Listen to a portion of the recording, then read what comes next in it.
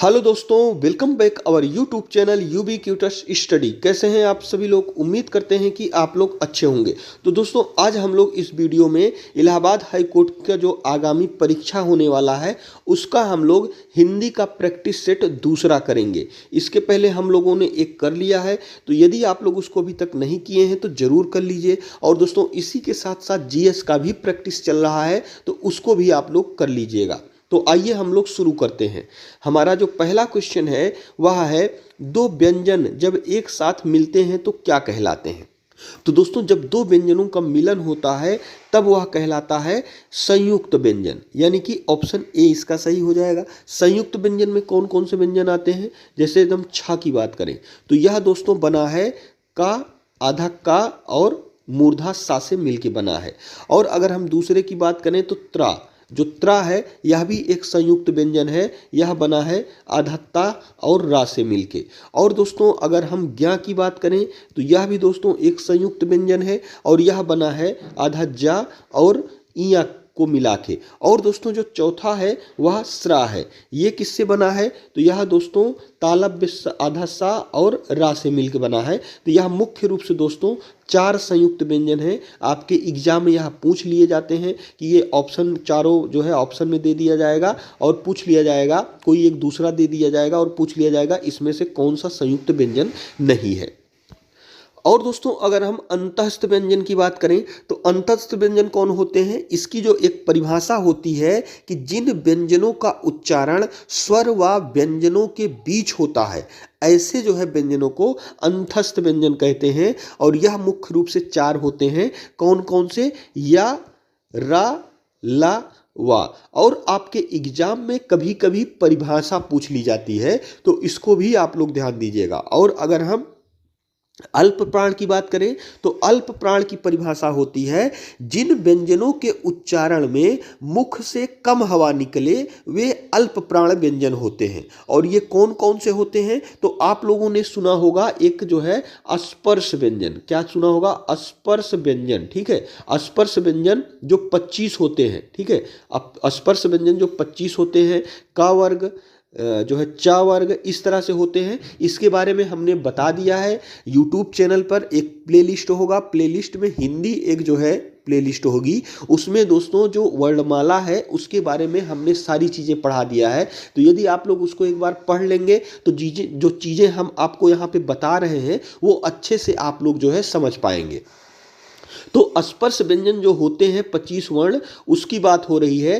पहला वर्ग, दूसरा वर्ग, इस तरह से 5 वर्ग होते हैं। तो अगर हम अल्प प्राण की बात करें तो इसमें कौन कौन से व्यंजन आते हैं? तो दोस्तों इसमें आते हैं हर वर्ग का पहला, हर वर्ग का पहला, तीसरा, तीसरा और पांचवा। इसी के साथ में दोस्तों अंतःस्थ व्यंजन, अंतःस्थ व्यंजन अभी हमने बताया। और दोस्तों अंतःस्थ व्यंजन के साथ साथ इसमें आता है स्वर, सारे स्वर आ जाएंगे और अनुस्वार आ जाएगा, अनुस्वार आ जाएगा। और ये सारे दोस्तों अल्प प्राण में आते हैं। तो इसको आप लोग याद रखिएगा। वो जो क्लास में कह रहा हूँ उसको आप लोग जरूर कर लीजिएगा, उससे आप लोगों को वर्णमाला में जो प्रॉब्लम हो रही है वह सॉल्व हो जाएगी। और अगर हम महाप्राण की बात करें तो इसका अर्थ होता है, जो दोस्तों अर्थ में इसलिए बता रहा हूं कि आपके एग्जाम में कभी कभी अर्थ भी पूछ लिया जाता है। तो इसका अर्थ होगा, जिन व्यंजनों के उच्चारण में मुख से अधिक हवा निकले वे महाप्राण होते हैं। और महाप्राण में कौन कौन आता है? तो हर वर्ग का दूसरा और चौथा, दूसरा और चौथा। इसी के साथ जो ऊष्म व्यंजन होता है, ऊष्म व्यंजन आ जाएगा। और जो विसर्ग होता है, जो विसर्ग होता है वह भी महाप्राण में आएगा। हमारा अगला क्वेश्चन है, हिंदी वर्णमाला में अंग और आहा क्या है? तो दोस्तों हिंदी वर्णमाला में जो अंग और आहा है वह अयोगवाह के नाम से जाने जाते हैं। अयोगवाह इनको किस लिए कहा जाता है? क्योंकि जो ये अंग और आहा है इसमें स्वर और व्यंजन के दोनों गुण पाए जाते हैं। ठीक है, और इसको जो है अयोगवाह को एक नाम से और जाना जाता है, बहुत इंपॉर्टेंट है, आपके एग्जाम में पूछा जाता है कि जो स्वर और व्यंजन है, स्वर व व्यंजन, स्वर व व्यंजन के बीच की कड़ी, बीच की कड़ी किसे कहा जाता है? तो स्वर और व्यंजन के बीच की कड़ी जो है अयोगवाह को कहा जाता है। तो इसको भी आप लोग जो है ध्यान रखिएगा। हमारा अगला क्वेश्चन है, हिंदी के स्पर्श व्यंजन के पांचों वर्गों के दूसरे और चौथे वर्ण होते हैं। तो हमने आपको भी स्पर्श व्यंजन के बारे में बताया है। इसको डिटेल से जानना हो तो आप लोग जो क्लास कर लीजिए वर्णमाला के, आप लोगों को अच्छे से समझ में आ जाएगा। तो स्पर्श व्यंजन के जो 5 वर्ग हैं, स्पर्श व्यंजन के जो 5 वर्ग हैं, उसमें दोस्तों जो दूसरा और चौथा वर्ण आता है उसको क्या कहते हैं? तो दोस्तों अभी हमने आपको बताया था महाप्राण के बारे में, तो उसको दोस्तों जो है महाप्राण व्यंजन के नाम से जानते हैं, यानी कि ऑप्शन बी इसका सही हो जाएगा। हमारा अगला क्वेश्चन है निस्सहाय में प्रयुक्त उपसर्ग है। तो दोस्तों अगर हम उपसर्ग की बात करें तो उपसर्ग जो होता है वह किसी शब्द के पूर्व लगता है, यानी कि शब्द के पहले लगता है। जो हम प्रत्यय की बात किए थे यह किसी शब्द के लास्ट में लगता है, लेकिन उपसर्ग जो है किसी शब्द के पहले लगता है। तो अगर हम निस्सहाय की बात करें तो इसमें दोस्तों निह जो है ये उपसर्ग है, निह से बना है निस्सहाय। अगर हम निह की बात करें सहाय, तो इसमें दोस्तों निधन सहाय हो जाएगा। क्या हो जाएगा? निधन सहाय, यानी कि ये जो नी है यही जो है उपसर्ग होगा। अगला क्वेश्चन है अनेकार्थक शब्द पानी के लिए निम्न में से गलत विकल्प का चयन कीजिए। तो दोस्तों पानी जो होता है, पानी का मतलब इज्जत भी होता है, चमक भी होता है, जल भी होता है, लेकिन संजीवनी नहीं होता है, यानी कि ऑप्शन बी इसका जो है सही हो जाएगा। हमारा अगला क्वेश्चन है यदि बारिश होती तो सूखा ना पड़ता। इस वाक्य में काल का कौन सा रूप है? तो दोस्तों यदि बारिश होती तो सूखा ना पड़ता, इसमें दोस्तों है हेतु मत भूत, यानी कि ऑप्शन ए इसका सही हो जाएगा।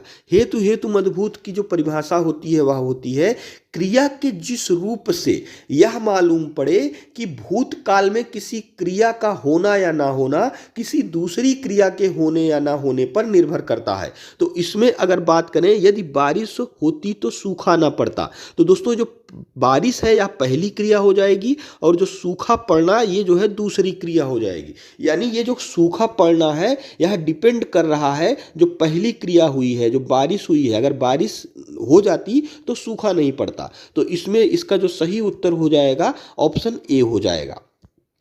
अगला क्वेश्चन है आहट, आवट, आस आदि किस प्रकार के तद्धित प्रत्यय हैं? तो दोस्तों इसका सही उत्तर हो जाएगा भाववाचक है, यानी कि ऑप्शन सी इसका सही हो जाएगा।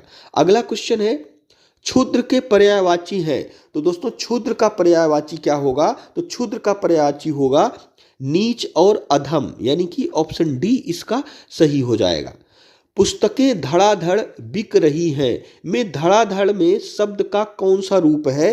तो दोस्तों अगर हम इसमें ध्यान दें तो जो धड़ाधड़ है वह क्रिया की विशेषता बता रहा है, बिकना क्रिया हो गई, इसकी विशेषता बता रहा है, यानी कि इसका सही उत्तर ऑप्शन ए हो जाएगा क्रिया विशेषण। अगला क्वेश्चन है सूची 1 को सूची 2 के साथ सही सुमेलित कीजिए और सूचियों के नीचे दिए गए कूट का प्रयोग कर सही उत्तर चुनिए। तो दोस्तों इसमें जो है सूची 1 में दिया गया है तद्भव, और जो है इसमें पहचानना है सूची 2 में इनमें से कौन सा तद्भव शब्द है। तो दोस्तों तद्भव शब्द कौन सा है? तद्भव शब्द सूरज है, यानी कि ए का 2 हो जाएगा। देसी शब्द की बात करें तो दोस्तों जो काका है वह देसी में आएगा, यानी कि बी का जो है 3 हो जाएगा। तत्सम की बात करें तो इसमें दोस्तों जो संकल्प है यह तत्सम शब्द है, यानी कि सी का जो है 1 हो जाएगा। और विदेशी शब्द की बात करें तो मोटर विदेशी शब्द में आएगा, यानी कि डी का 4 हो जाएगा, यानी कि 2 3 1 4। अब ऑप्शन में हम लोग देखते हैं 2 3 1 4 किस ऑप्शन में है? तो यह है दोस्तों ऑप्शन डी में, यानी कि इसका सही उत्तर ऑप्शन डी हो जाएगा। हमारा अगला क्वेश्चन है कृताकृत का समास है। तो दोस्तों कृताकृत में जो समास है वह कर्मधारय है। कर्मधारय समास का मतलब जो जहाँ पर विशेषण विशेष से हो वहाँ पर कर्मधारय समास होता है। अगर हम कृताकृत की बात करें तो इसका मतलब होता है किया बेकिया। क्या होता है? किया बेकिया। तो इसमें अगर हम देखें तो जो किया है यह विशेषण हो जाएगा और जो बेकिया है यह विशेष से हो जाएगा, यानी कि इसमें कर्मधारय समास होगा। अगला क्वेश्चन है निम्नलिखित शब्दों में से एक का अर्थ धन, मतलब, कारण और लिए है, यानी कि इसका सही उत्तर ऑप्शन सी हो जाएगा। अर्थ का मतलब दोस्तों धन, मतलब और कारण होता है। अगला क्वेश्चन है, निम्नलिखित वाक्यों में से अशुद्ध वाक्य है। तो दोस्तों अगर हम इसमें अशुद्ध वाक्य की बात करें, ऑप्शन सी इसका सही हो जाएगा।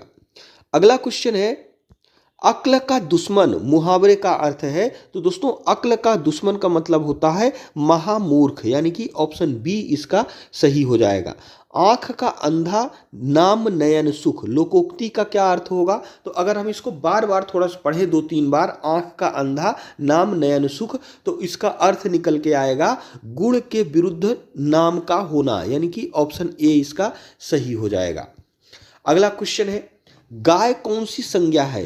तो दोस्तों गाय क्या है? गाय दोस्तों सभी गायों का प्रतिनिधित्व कर रही है, यानी कि अगर इसमें कहीं पर अगर होती काली गाय, ठीक है, काली गाय होती या फिर पीली गाय होती, इस तरह से होता, तो उस कंडीशन में दोस्तों क्या होता कि सिर्फ जो होगा काली गाय की ही बात हो रही है।